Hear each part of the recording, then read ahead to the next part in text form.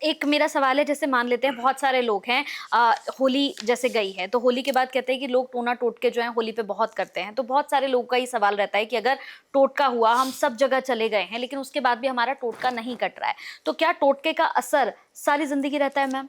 किसी भी टोने टोटके को अगर आपके ऊपर किया गया तो उसका असर सबसे ज्यादा आपके ऊपर 10 महीने रहता है और मैक्सिमम आपके ऊपर 10 साल रहता है, हमेशा कुछ नहीं रहता। और अगर आप नहीं कराओगे तो हो सकता है 10 साल में आपकी मृत्यु भी हो जाए।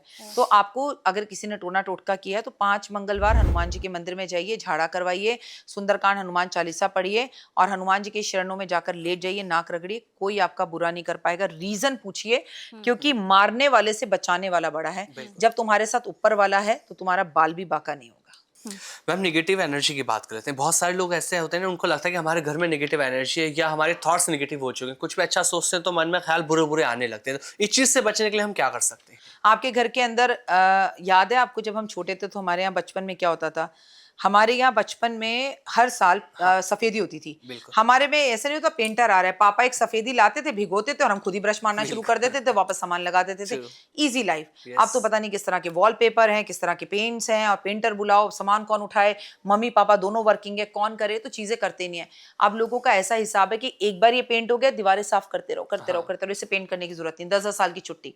जबकि दिवाली ये कहती है कि हर साल पेंट कराओ, हर साल अपने घर के पर्दे बदलो, पुराने उतार के रख दो, नए तय करके रखो, नए लगाओ, फिर पुराने तय करके रख दो। ये नहीं कि उन्हें फेंक दो, सफाई पूरी करो। जो बंद म्यूजिक सिस्टम्स है उन्हें बाहर फेंको। सफाई मींस, दिवाली मींस सफाई। जी। अब क्या है, नेगेटिव एनर्जीज क्यों है कि एक तो लाखों गैजेट्स हैं हमारे पास हाँ। जो बंद हैं और वो कीमती हैं, हमारे पास उन्हें सही कराने का समय नहीं है, तो हमने उन्हें रखा हुआ है राहु खराब।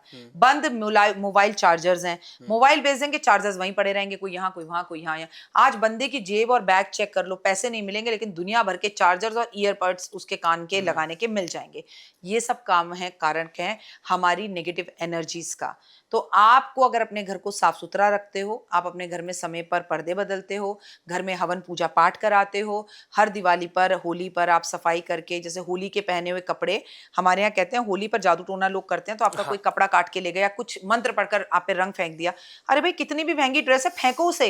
हमारे जो बुजुर्ग थे वो कपड़े पहनने नहीं देते थे। आज के लड़के नहीं, ये तो मैंने होली के लिए लिया था, इसमें क्या है, व्हाइट कलर था, इसे ब्लैक कलर करा के फिर पहन लूंगी।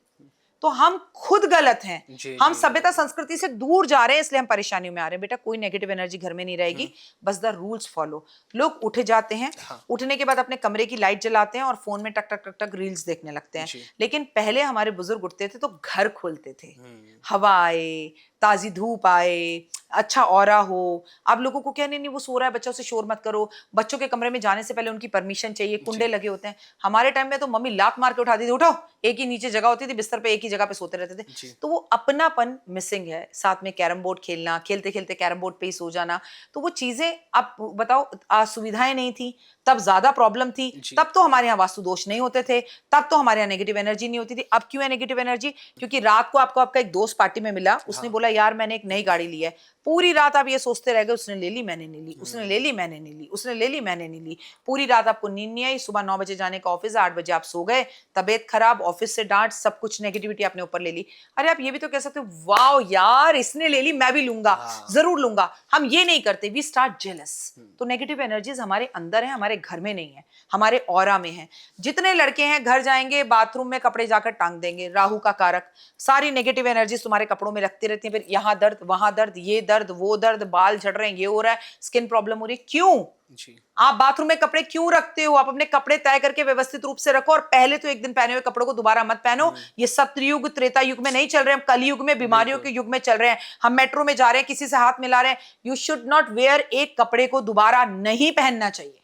समझते ही नहीं है लोग। इसके साथ लोग ये भी कहते हैं कि अगर आपके घर में रखी जो तुलसी है वो अगर बार बार सूख रही है, बार बार आप लेकर आ रहे हैं, पौधा लगा रहे हैं, आप उसकी पूजा भी कर रहे हैं, बार बार वो सूख रही है, इसका मतलब कि आपके घर में नेगेटिव एनर्जी है। देखिए, आप उसकी सेवा नहीं कर रहे, ये भी रीजन हो सकता है। घर में 10 लोग हैं, एक तुलसी है, जाके सभी उसमें पानी दे रहे हैं, ये भी रीजन हो सकता है। तुलसी गलत दिशा पे रखिए, ये भी रीजन हो सकता है। तुलसी के ऊपर गलत छाया पड़ गई, आपकी मेड आई, उसे पीरियड्स हो रहे हैं, उसने तुलसी चाय बनाने के लिए, आपने बोला पीरियड्स में उसने छू लिया, ये भी रीजन हो सकता है। और बेटा आप अपने घर में जो मछलियां फिश एक्वेरियम में रखते हो, उन्हें खाना खिलाते हो, उन्हें पालते हो, तो कभी आपके घर में मेहमान आते हैं तो आप ऐसा करते हो कि फिश एक्वेरियम से निकाल 4 मछलियां और तल के दे आज इनको? नहीं ना। तो फिर जिस तुलसी की आप पूजा करते हो, उसको तोड़ तोड़ कर चाय में डाल रहे हो, उसे खा रहे हो, उसे कृष्ण जी को अर्पण कर रहे हो, ये तो गलत है। हम तो उसे बेटी की तरह अपने घर में रखते हैं, लक्ष्मी की तरह, तो उसे तोड़ नहीं सकते। बार बार ये समझाती हूँ कि खाने वाली तुलसी और पूजा करने वाली तुलसी अलग होनी चाहिए। Okay. रामा तुलसी, श्यामा तुलसी।